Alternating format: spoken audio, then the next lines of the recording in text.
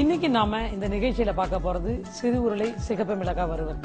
இந்த சிறு உருளை சிகப்பு மிளகாய் வறுவல் செய்யறதுக்கு தேவையான பொருட்கள் என்னென்ன அப்படின்றத இப்ப நம்ம பார்க்கலாம்.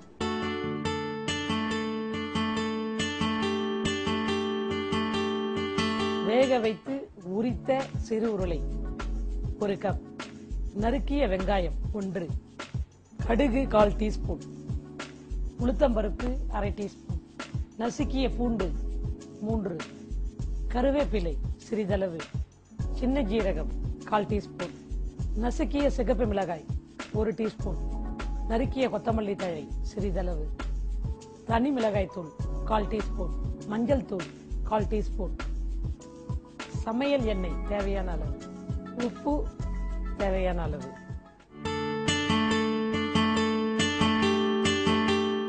இன்னைக்கு வந்துட்டு ஒரு வெஜிடேரியன் டிஷ் சிறு உருளை சிகப்பு மிளகாய் வந்துட்டு பண்றதுக்கு தேவையான பொருட்கள் என்னென்ன அப்படின்றத நம்ம இப்ப பார்த்தோம். அதை வந்து இப்ப எப்படி பண்றோம் அப்படின்றத பார்க்கலாம். சிறு உருளை சிகப்பு மிளகாய் செய்யறதுக்கு தேவையான பொருட்கள் என்னென்ன அப்படின்றத நம்ம பார்த்தோம்.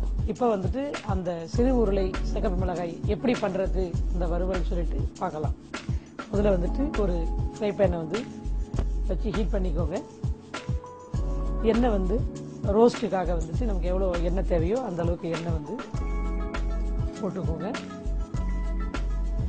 எண்ணெய் நல்லா காஞ்சதுக்கப்புறம் நம்ம வந்துட்டு அந்த வறுவல் பண்ணலாம். இதுக்கு முன்னதான் நீங்கள் என்ன பண்ணுறீங்க, அந்த சிறு உருளை பேபி பொட்டேட்டோ வந்துட்டு எல்லா இடத்துலையுமே கிடைக்கும். இதெல்லாம் வந்துட்டு முழு பிக் பொட்டேட்டோக்கும் பேபி பொட்டேட்டோக்கும் நிறைய வித்தியாசம் இருக்கும். டேஸ்ட் மட்டும் இல்லை, டெக்ஸ்சர் மட்டும் இல்லை, அதோடைய தோற்றம் வந்துட்டு பார்த்தீங்கன்னா ஒரே மாதிரியா உங்களுக்கு வந்துட்டு செலக்டடா வந்து எடுத்து வச்சிருப்பாங்க. அந்த மாதிரி உருளைக்கிழங்கு ஒன்று சின்னது பெருசு இல்லாம ஈவனா உள்ளதா பார்த்து எடுத்துக்கிட்டீங்கன்னா நீங்க வேக வைக்கும் போது பாத்தீங்கன்னா சின்னது வந்து குழஞ்சி போகாம, பெருசு வந்து வேகாம அந்த மாதிரி இல்லாம ஒரே சீரா வந்து வெந்திருக்கும்.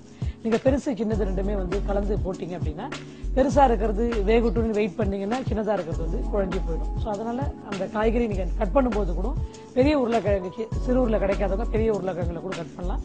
கியூப்ஸ் வந்துட்டு ஒரே மாதிரி சைஸாக வந்துட்டு கியூப்ஸ் கட் பண்ணி அதை நீங்கள் பண்ணிக்கலாம். இப்போது எண்ணெய் வந்துட்டு காஞ்சிடுச்சு. கடுகு, உளுத்தம்பருப்பு, சின்ன ஜீரகம்,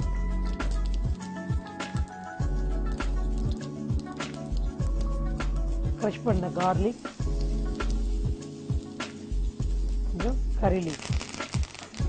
இதை வந்துட்டு இந்த கலர் வந்து இந்த உளுந்து வந்து அந்த ப்ரௌன் கலரில் வர வரைக்கும் வெயிட் பண்ணுங்க. வந்ததுக்கப்புறம் ஆனியன்,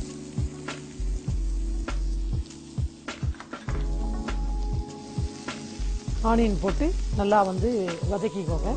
இந்த பேபி பொட்டேட்டோ வந்துட்டு நீங்கள் உப்பு மஞ்சத்தூள் போட்டு வேக வச்சு ரொம்ப குழஞ்சி போகாத அளவுக்கு நார்மலாக கொஞ்சம் டெண்டராக இருக்கிற அளவுக்கு வேக வச்சா போதும். அதை வேக வச்சு எடுத்து வச்சுக்கிட்டிங்கன்னா சீக்கிரமாக வந்துட்டு தயார்படுத்திக்கலாம். இல்லை பேபி பொட்டேட்டோ கிடைக்காதவங்க எனக்கு வந்துட்டு பேபி பொட்டேட்டோ தான் வேணும் அப்படின்னா பிக் சைஸ் பொட்டேட்டோவில் நம்ம அந்த ஸ்கூப் எடுப்போம் பார்த்தீங்களா, சின்னதாக வெஜிடபிள் கார்விங்ஸ்லாம் யூஸ் பண்ணுவாங்க சின்னதாக. அந்த பிக் சைஸ் பேபி பொட்டேட்டோவை பாயில் பண்ணிவிட்டு ஸ்கின்னை ரிமூவ் பண்ணிவிட்டு அந்த ஸ்கூப்பால் வந்து ஸ்கூப்பரில் வச்சு ஸ்கூப் எடுக்கலாம். அப்படி கூட எடுத்து நீங்கள் வந்துட்டு பயன்படுத்தலாம். சில பேர் வந்துட்டு அதுதான் வேணும்னுவாங்க. அடம் பிடிக்கும் போது அது இல்லை அப்படின்னா அதுக்காக வருத்தப்படாதீங்க. அவங்களுக்கு இது மாதிரி வேணும்னா அந்த மாதிரி பண்ணி கொடுங்க. அப்படி இல்லைன்னா பெரிய பொட்டேட்டோவிலே ஸ்கூப் எடுத்து அப்படியும் பண்ணி கொடுக்கலாம். இந்த பாயில் பண்ணி வச்சிருக்கிற பேபி பொட்டேட்டோவை அதில் போட்டு ரோஸ்ட் பண்ணு. உப்பு போட்டு வேக வச்சிருக்கிறதுனால உங்களுக்கு வந்துட்டு நார்மலாக இருக்கும். ஒரு 1/2 டன் எப்பயுமே முழு உப்பு போடாமல் ஒரு 1/2 டன்னில் போடுங்க. நம்ம திருப்பி மசாலா போடும்போது அதில் மேல் வந்து நமக்கு உப்பு தேவைப்படும் போது அதை நம்ம வந்து போட்டுக்கலாம். யூஸ்வலாக பார்த்தீங்கன்னா வந்துட்டு உருளைக்கிழங்கு வந்துட்டு சொல்லுவாங்க வேக வச்சு தான் உருளைக்கிழங்கு வந்து நீங்கள் ஃப்ரை பண்ணி சாப்பிட்றதுக்கு பதிலாக வேக வச்சு சாப்பிட்டீங்கன்னா எனர்ஜி லெவல் வந்துட்டு கொஞ்சம் ரொம்ப நல்லாயிருக்கும். குழந்தைங்களுக்கு வந்துட்டு பேபி பொட்டேட்டோ புஷ்டியாக இருக்குன்றதுக்காகவே பேபி பொட்டேட்டோலாம் கொடுக்க சொல்லுவாங்க. வெறும் பருப்பு, வேக வச்ச பருப்பு கூட பொட்டேட்டோவை மேஷ் பண்ணிவிட்டு அதில் ரைஸை நல்லா மேஷ் பண்ணிவிட்டு பருப்பு பொட்டேட்டோ மேஷ்டு ரைஸ் கூட கொஞ்சோண்டு கீ ஆட் பண்ணி குழந்தைங்களுக்கு ரொம்ப சின்ன பேபிக்கெலாம் வந்துட்டு ஊட்டி விடுவாங்க. அந்த மாதிரி ஃபீட் பண்ணும்போது குழந்தைங்க வந்துட்டு அப்போ தான் சாப்பிடவே ஆரம்பிப்பாங்க. மதர் ஃபீட்லாம் முடிச்சுட்டு அப்போ தான் சாப்பாடு ஈஸியாக டைஜஸ்ட் ஆகிறதுக்காக எல்லாமே மேஷ் பண்ணி கொஞ்சம் கொஞ்சமாக கொடுப்பாங்க. இது மாதிரி ரச சாதத்தில் இந்த பொட்டேட்டோவை மேஷ் பண்ணி போட்டு கொஞ்சம் தால் ஊற்றி நெய் ஊற்றி அந்த மாதிரி கொடுத்தாலும் சாப்பிடுவாங்க. குழந்தைங்களுக்கு ஈஸியாக ஃபீட் பண்ணலாம். அது அவங்களுக்கு வந்துட்டு டைஜஸ்ட் ஆகும். டைஜஷன் சொல்லும்போது தான் எனக்கு ஞாபகம் வருது. ஜென்ரலாக பார்த்தீங்கன்னா ஃப்ரூட்ஸ் நிறைய பேர் சாப்பிடுவாங்க. அந்த பழத்தை வந்துட்டு எப்போ சாப்பிடணும் எப்படி சாப்பிடணும்னு ஒரு இதே இல்லாமல் அவங்க வந்துட்டு அதை சாப்பிடுவாங்க.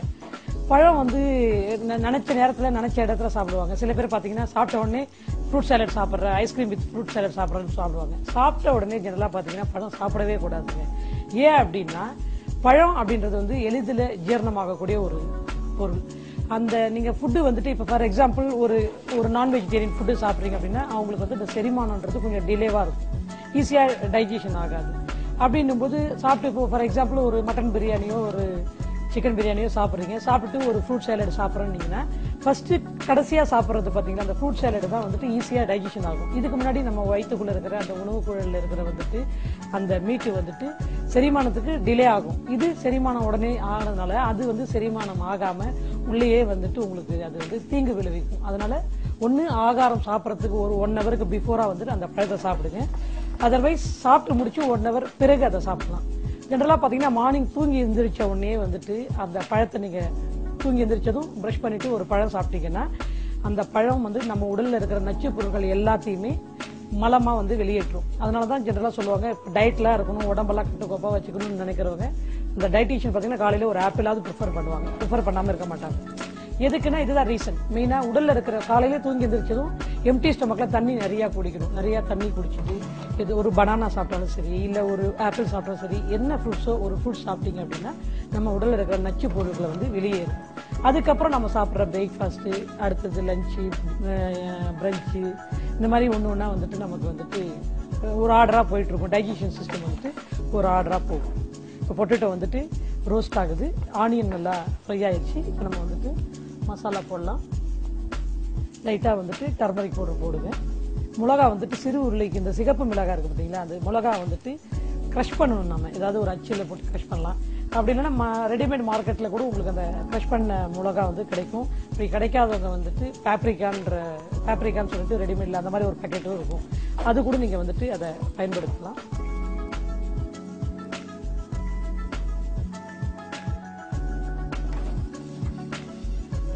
உப்பு வந்து தேவையான அளவு வந்துட்டு உப்பு போட்டுக்கோங்க.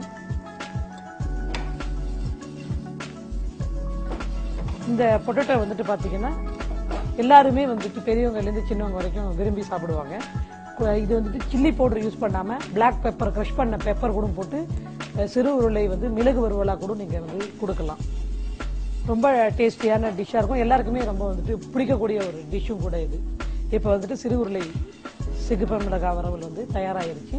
அதை எப்படி சர்வ் பண்ணலாம் அப்படின்றத சிகப்பு மிளகாய் வந்துட்டு ரெடியாக இருக்குது. அதை வந்துட்டு ஏதாவது ஒரு பிளேட் வந்துட்டு ட்ரான்ஸ்ஃபர் பண்ணிக்கோங்க.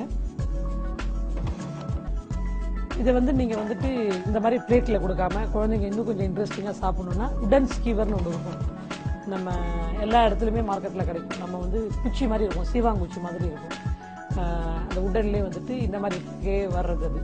இதில் வந்து அந்த பொட்டேட்டோவில் அந்த ஸ்டிக்கில் வந்து அந்த பொட்டேட்டோ ஒரு பொட்டேட்டோ, இது ஏதாவது ஒரு கேரட்டோ இல்லை ஒரு டொமேட்டோவோ இல்லை ஏதாவது ஒரு குக்கும்பரோ இடையில வச்சு கபாப் மாதிரி நீட்டாக வந்துட்டு ஒரு உடன் ஸ்கீவரில் செட் பண்ணி கொடுத்தீங்கன்னா இன்னும் கூட பார்க்குறதுக்கு வந்து அட்ராக்ஷனாக இருக்கும். விரும்பி சாப்பிடுவாங்க. அந்த ஸ்டிக்கை ஐஸ் சாப்பிட்ற மாதிரி, குச்சி ஐஸ், கோன் ஐஸ் சாப்பிட்ற மாதிரி அந்த ஸ்டிக்கை எடுத்து வச்சுட்டு குழந்தைங்க சாப்பிடும்போது ரொம்ப ஒரு இன்ட்ரெஸ்ட்டாக சாப்பிடுவாங்க. ஒரு பிடிக்காத விஷயத்த கூட பிடிக்கிற மாதிரி அவங்களுக்கு நீங்கள் கொடுத்தீங்க அப்படின்னா கண்டிப்பாக அவங்க வந்துட்டு சாப்பிடுவாங்க. இப்போ வந்துட்டு டொமேட்டோ ஒரு புளிப்பாக இருக்கும்போது இது கொஞ்சம் ஆனியனுக்கு பதிலாக வந்துட்டு நீங்கள் டொமேட்டோ வச்சு சாப்பிட்டீங்கன்னா ஒரு டிஃப்ரெண்ட் டேஸ்ட்டாக இருக்கும். இந்த ஸ்பைசிக்கு கொஞ்சம் புளிப்பு தன்மையோடு வந்துட்டு இந்த பொட்டேட்டோ வந்து நல்லாயிருக்கும். பொட்டேட்டோ ஸ்லைஸ் சாப்பிட்டுட்டு இதை நீங்கள் சாப்பிட்டு பாருங்கள். ஜென்ரலாக பார்த்தீங்கன்னா லெமன் சாப்பிடுவாங்க. இந்த பொட்டேட்டோவுக்கு வந்துட்டு இந்த சில்லி ஃப்ளேக்ஸோட இந்த டொமேட்டோ சேர்த்து டொமேட்டோவும் காம்பினேஷன் வந்து கொஞ்சம் டிஃப்ரெண்ட் டேஸ்ட்டாக இருக்கும் உங்களுக்கு.